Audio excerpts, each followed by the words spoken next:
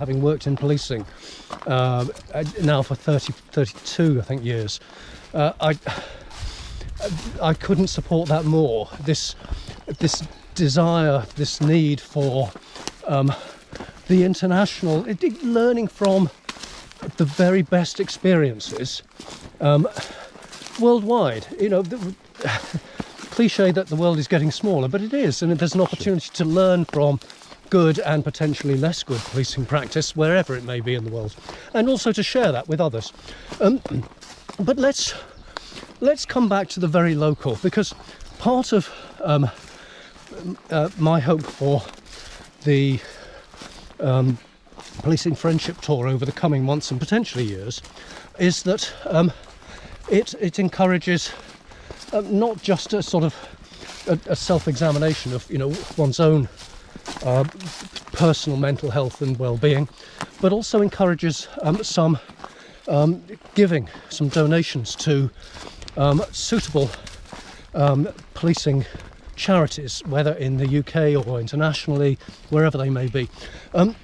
Here we are, presumably still in Devon and Cornwall. I don't think we've quite yet got to the quite made it yet. to the Avon and Somerset border. There's a little bit further to go yet. So we're still in Devon and Cornwall. And I did ask you just yesterday,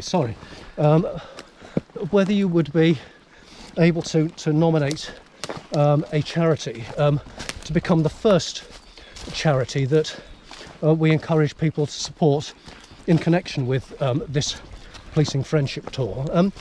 Would you like to just say a few words about the charity that you've chosen? Well, it started as the Devon and Cornwall Compassionate Fund, but before you finish this tour and long before, it's going to be the South West Compassionate Fund. And the reason why that broadening is we are part of the South West, part of that broader policing family, not just Devon and Cornwall. And it's transitioning from being police only to police staff colleagues as well. And we've seen in that wider family, your forensics officers, your PCSOs, your call handlers, they're all exposed, and many more of course, I hasten to add to my colleagues, all exposed to those tensions that happen with frontline operational policing and the burdens that brings. It's there for those who've, like yourself, suffered bereavement and just need some help. It can be there as a financial cushion, it can be there as an emotional cushion, providing some days out. The team have managed to get a small lodge in Devon, which is for free, so it's the right case for the weekends to just get away and do what we're doing. Listen to the life around you, remember how precious your own life is and the life of your family and loved ones. And it can make a financial contribution. It can help, particularly where the children have lost a parent, thankfully very rarely through frontline policing, usually through cancer or an illness, to see those children through some very difficult years and sometimes even help with education.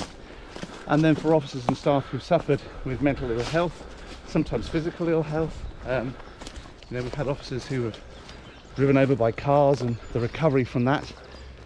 Of course the NHS does a remarkable job. We have our own occupational health services, but it's no surprise that the current chair of that's a guy called Nigel Rabbit, a long-serving police officer, ex-military man, was previously chair of our police federation, who really has made it, with Sarah, the secretary, have made this almost their life's work, because they've lived through it, they've seen it, they've felt it, and they know how important it is. And so the name of that charity again? Well, it's the South West Compassionate Fund it'll be, but right now it will be the Devon and Cornwall Police Compassionate Fund. The Devon and Cornwall Police Compassionate Fund, the South West Police Compassionate Fund, the first charity that we're hoping that the policing friendship tour will be able to encourage some donations to, and we'll make sure that the relevant details are made available on Policing Insight and elsewhere.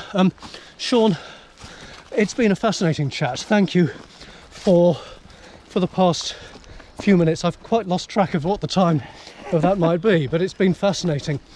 We've managed to negotiate. Come on, you get in the middle of this. You're walking the real hard track here, well, aren't you? Again, we'll have a chance in a moment to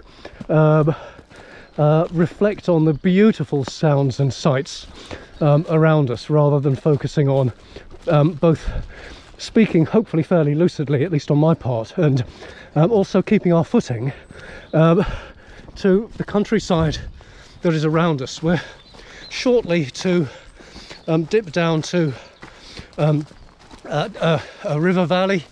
We'll cross over that, we'll head a little further. At some point I will lose my companion for the morning, who will turn around and head back into Barnstaple. Shaun, thank you so much for your company. It's been an absolute pleasure, and thank you for making this very first recording on the Policing Friendship Tour so fascinating.